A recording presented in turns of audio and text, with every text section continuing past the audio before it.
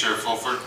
The intention of the proposed motion that the discussions are is to close schools and to improve the education experience for students in Welland. My friendly amendment carries that same intention as the motion, which is to close schools and improve the education experience for students in Welland, and to inconvenience the least number of students possible. My amendment suggests that the smallest number of students will be inconvenienced because those French immersion students are bused from all corners of the Welland, as we heard earlier, and those students choose alternative program outside of regular programming. In my opinion, I feel students enrolled in regular programming should experience at least the least amount of inconvenience, which includes the majority of the DSBN Welland students. My amendment reads as follows. The East Welland area schools to stay open would be Crowland Central, Princess Elizabeth, and Matthews School. The East Welland area schools to close would be Empire and Plymouth schools for instructional purposes as of August 31st, 2011. All Empire students would be directed to Princess Elizabeth, and Plymouth students would be directed to either Princess Elizabeth or Matthews schools.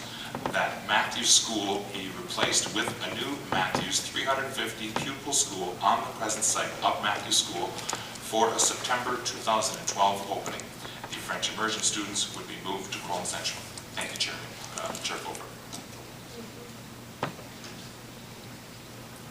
I would speak to the mover and the seconder of this motion.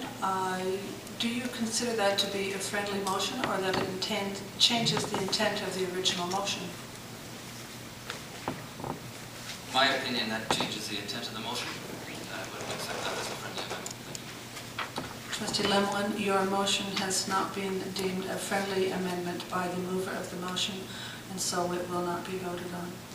Trustee Atamanuik? Point of order. I don't think the statement makes any sense unless we have an explanation of what that means. If it's not regarded as a friendly amendment, there must be some reason why. What I heard... He did state why. He said it changes the intent of the original motion. But it didn't. But I'm sorry, but it did. And our board lawyer is agreeing with me that I'd like changes the to intent. ask the lawyer if it's necessary to be able to explain how the intent has been changed. Brenda Stokes for Warren, please. From what I heard, and remember I haven't seen what you're reading from, but from what I heard, it appeared that you were suggesting that a different school would be closing, and that is a substantive change than what is being proposed here. That is what I heard also. Trustee Atamanuik? I understand it's a substantive change that achieves the same intention, and it's the intention is to try and drive it is a motion. substantive change to the motion, and the amendment will not stand. It is not a friendly amendment. If the motion that is on the floor is defeated, then a new motion can come forward. Are there any further speakers on the original motion? Trustee Atamanuik? I'd like to propose an amendment to the original motion that the French immersion students be allowed, and this may be ruled again, this changing intention, be allowed to attend Crowland Central. Since these students are choosing an alternate program of their own volition, it should not be that choice of that small minority that affects the closing of a school for hundreds of students, or over 100 students. And I would suggest these people are being bused already to school within the city, and the busing for most of them would be about the same if they went to Crowland Central, where they would experience a different educational environment than the inner city, which would be a benefit to them. And then if Crowland Central were allowed to remain open, that would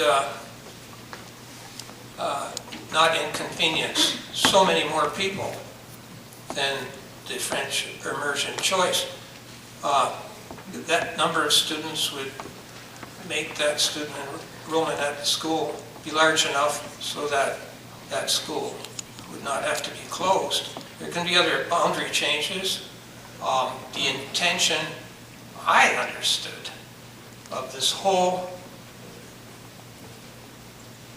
program of the accommodation review was to close schools where possible. This would still close 2 schools if we allowed the schools that Larry had mentioned to close rather than the 2 choices that were made.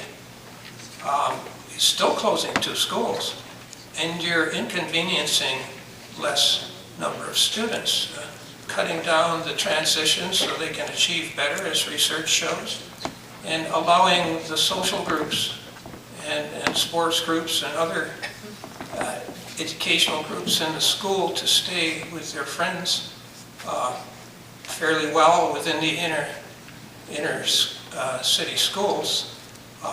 But a prime thing would be that you have 3 major areas being serviced: East Welland and South Welland and Central Welland, and it would retain 1 school in each of those areas rather than wiping out 1 school in East Welland and then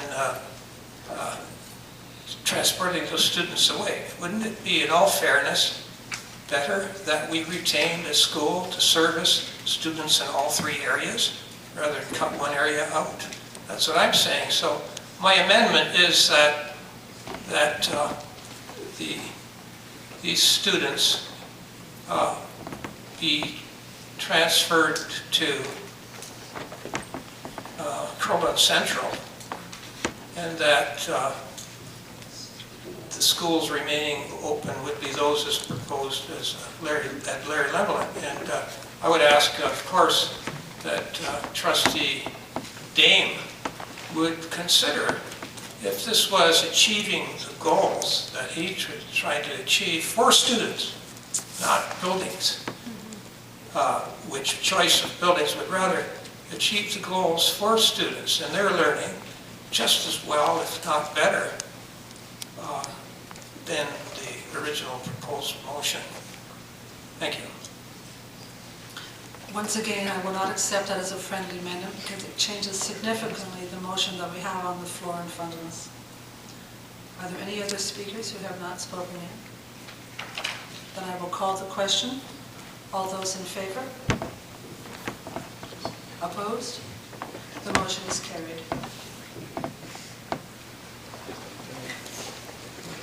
The next item on the agenda is the staff report on the setup, structure, and process.